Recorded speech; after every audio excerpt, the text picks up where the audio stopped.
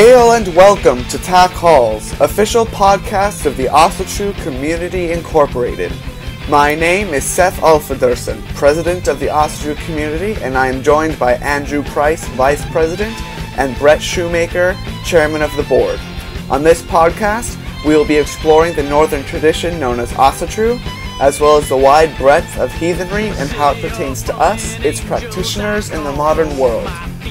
We will be delving into the past and learning the history and the reason behind the rituals that we do today, and how all of this comes back around to make heathenry and Asatru what it is. Join us, sit back, and welcome to our hall. We would like to give a special thanks to Hawk Heimsdelman for generously allowing us to use his song for our intro. Hail and welcome. Stubborn to die, so she said goodbye. I remember the look of hope in her eyes. Keep the ravens on your right, never let them out of sight. All these thoughts and memories lift you up on raven wings.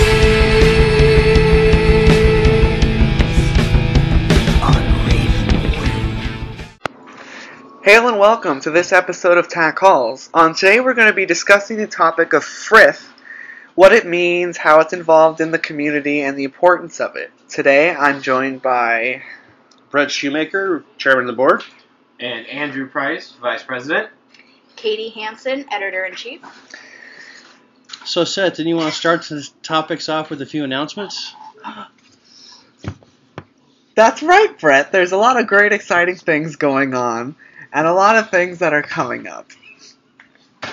Firstly, I would like to talk about the newest addition to our website, which would be the Military Outreach section, which you can find under the Members Resources. And you'll go in there and you'll be able to find forms to request care packages, to join our Pen Pal program, for news and updates on everything that we're doing for our military outreach. And there's a lot of stuff there, and we'll be updating it periodically as we have new stuff.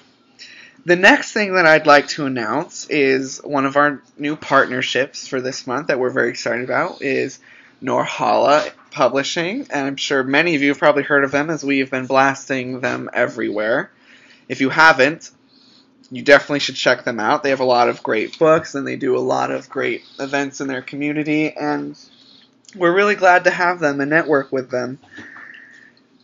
Next, we have our poetry contest, which is a new thing that we're doing. We haven't done something like this before, but we're very excited about it. We have a few more already planned for the future. And what it is you can submit anything to the email address that's listed in any of the posts or articles detailing it. And there aren't many rules. It just has to be original and relating to Asatru or heathenry, and you'll send it in, and the board will judge. The deadline will be July 15th. Anyone who submits a poem will receive a TAC bumper sticker in the mail, and the winner of the poetry contest will get their work featured in the next issue of our magazine. And I think that about does it for updates for this month. I'll give it to Brett to start us off on Frith. Okay, well, first of all, Seth, what is Frith? Well, to me, Frith, I feel, is the community, the friendship, and the peace that one has with their community and those around them. When people get together in the way they act towards each other, you have Frith for someone else, you have Frith with each other. It's the connection and the bond that you have. At least that's what I've learned so far. Okay. To me, I like to think of Frith as the world is a pond, and when you throw a rock in the pond, you're the center, and the ripples out are where Frith is owed and to who. So the closest to you, your spouse, your children, your parents, that's who you owe the most Frith to, blood-bonded relatives. And as it goes out, then you have, for me, it's my kindred, the members of TAC, family that's not as close, like cousins and things like that. And it just goes out and out. I feel that you owe a Frith to everyone, maybe a small amount to some, maybe more. But that's my idea behind it. Katie, what do you think? I definitely agree with what Brett and Seth are both saying, that it definitely is the connections that you have and the relationships that you maintain with the people that are around you. Brett brought up a great point, just how the ripples out just Frith for people that are close to you, and then paying Frith to those who are still close but maybe aren't blood. So definitely getting a part of the community and interacting with people is definitely how you would go about that. So, Andrew, who would you say you owe the most Frith to? I would honestly say the most Frith comes right now to my kindred, the immediate members actually here in this podcast. I actually say, my kindred is honestly like a second family to me, and I know we have a few members that we meet monthly. We're not that big right now, but we're also close, and we come together to practice our common religion and feel the strength and the connection to the gods and our ancestors. Cool. So, Seth, what happens when someone breaks Frith? Well, that's when you get exiled out of the community.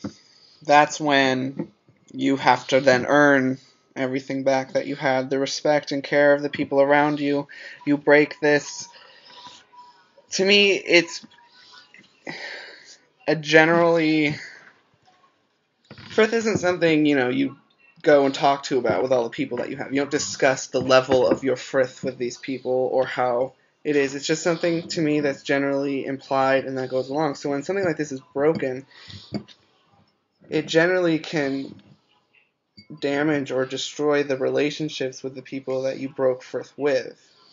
And rebuilding those relationships, earning that respect back is not going to be the easiest thing to do. And being in the heathen community, respect, reputation, and having that Frith with those around you, just being generally a good person, approachable, is something that's very important. And when you break that, many people are not going to want to deal with you.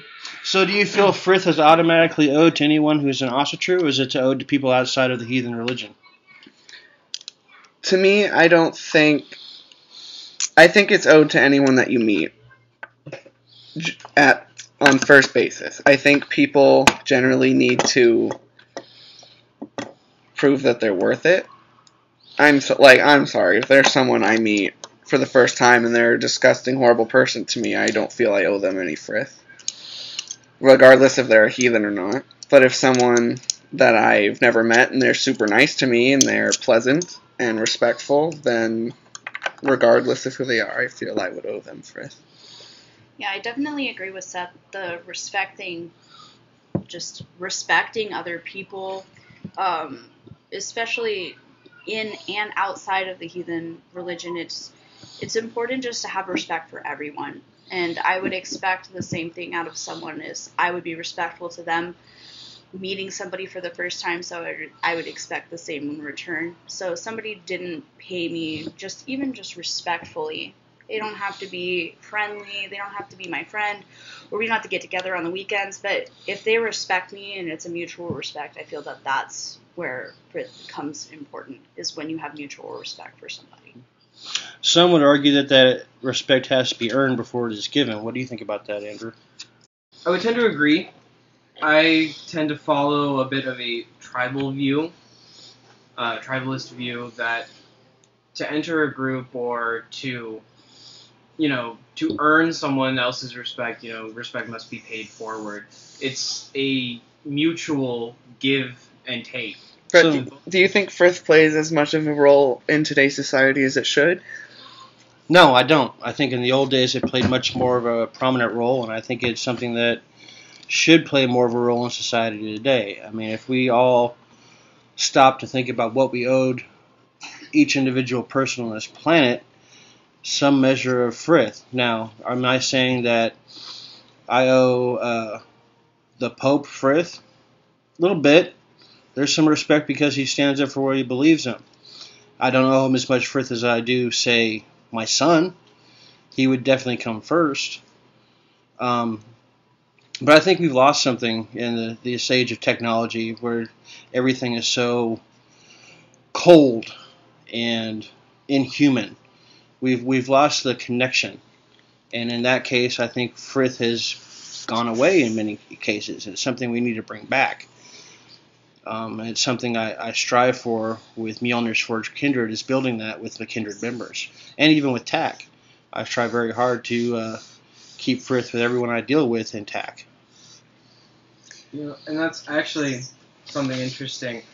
So, like we were saying earlier, the matters of having Frith with someone that's not necessarily, a follower of Asatru.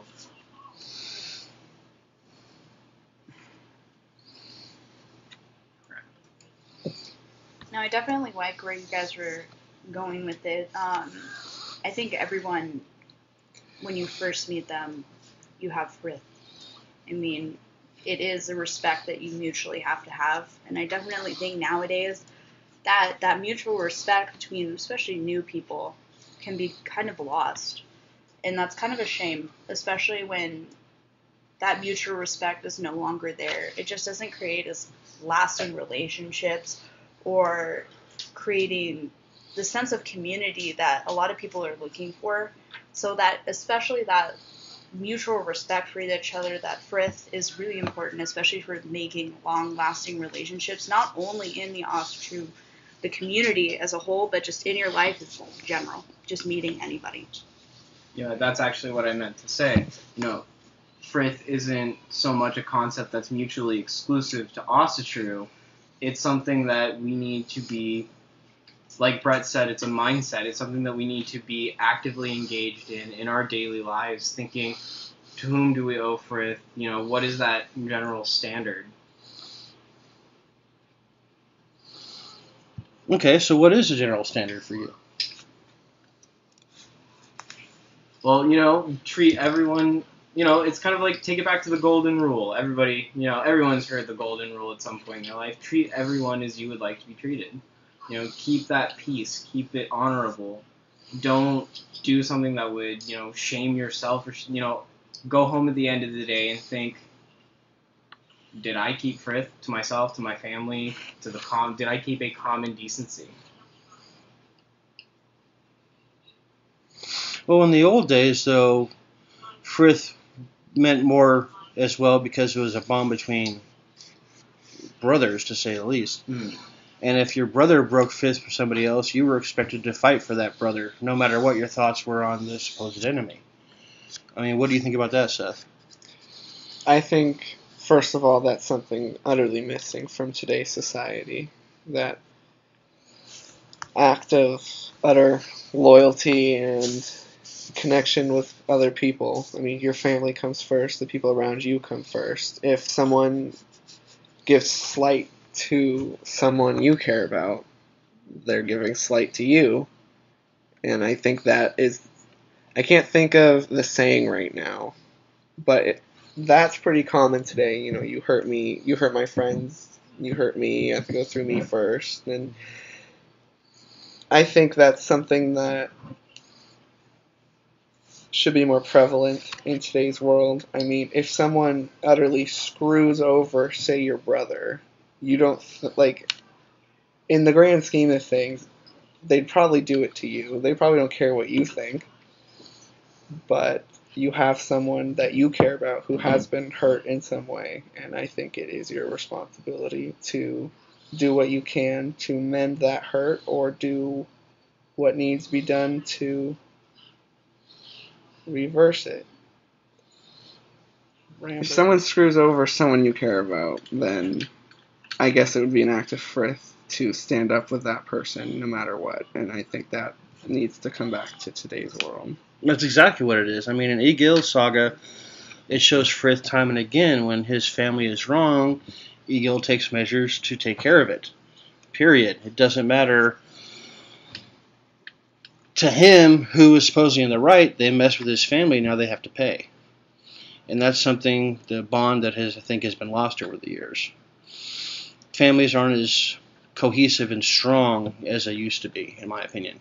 No, I definitely agree with that. The family value has definitely not been as strong over the last few years, few decades. Long time. But I think that's something that's really important is people need to go back and realize who's closest to them, realize who they have Frith with, and understanding that the people that are close to you, not only do you have Frith with them, they have Frith with you. They're going to take care of you just like you're going to take care of them. It's really important to make these bonds and to maintain them, because without them, you're alone. These people that you have Frith with, these people are what make up the community around you. They're what makes up all these things that help support you and keep a family strong. It's just important to remember that, is that not only do you have Frith with other people, the other people have Frith with you. That it's a mutual thing, that you take care of each other. And that's a really, especially in a family, a very key, important part to sticking together as a family and staying strong, especially in hard times. And that was one of the first things that brought me to Asatru, was the family values and the Frith and family coming first, even above the gods and goddesses. So I can really relate to what you just said there and what you're talking about. Now that we have finished discussing the concepts of Frith, why don't we move on to a subject a little more lighthearted, easier to talk about, more fun, and that, for the heck of it, why don't we talk about favorite Norse myths? Andrew, you seem like you have a favorite Norse myth. What is it? Well, my favorite Norse myth, I don't recall the name, but I'm sure we've all heard it. It's where Thor travels to Jotunheim, to the castle of Utgard Loki. And he's challenged to a few contests to drain the horn that's connected to the sea, and to wrestle the old foster mother. It turns out to be old age. Don't forget the cat. Don't forget the cat. Remember, he Your lifts the favorite cat. myth, and you don't remember the No, cat? It's been a while since I've read it. When Thor has to wrestle a cat, lifts one paw, it turns out to be Jormungandr. Ah, that's right. That's my favorite myth, too. Except I actually remember it. Yeah, exactly. Why do they travel there in the first place? Well, Thor and Loki are traveling, They pick up that boy. and they end up in a cave, which turns out to be the glove of a giant. And the giant's snoring, and Thor tries to kill him, and he's like, "What's a mosquito bite?" And Thor's getting more and more, and the giant's the one that sends him to Utgard Loki, if I believe. Okay. And there, his human companion has to do something. Loki's in part of it, has to try to out-eat something, and it's like that shows his personification of wildfire. And he has to go against Logi. Yeah. And they have to eat all the food in a trough. Whoever gets in the middle, but Logi eats the trough. Yep. What's your favorite myth, Caitlin?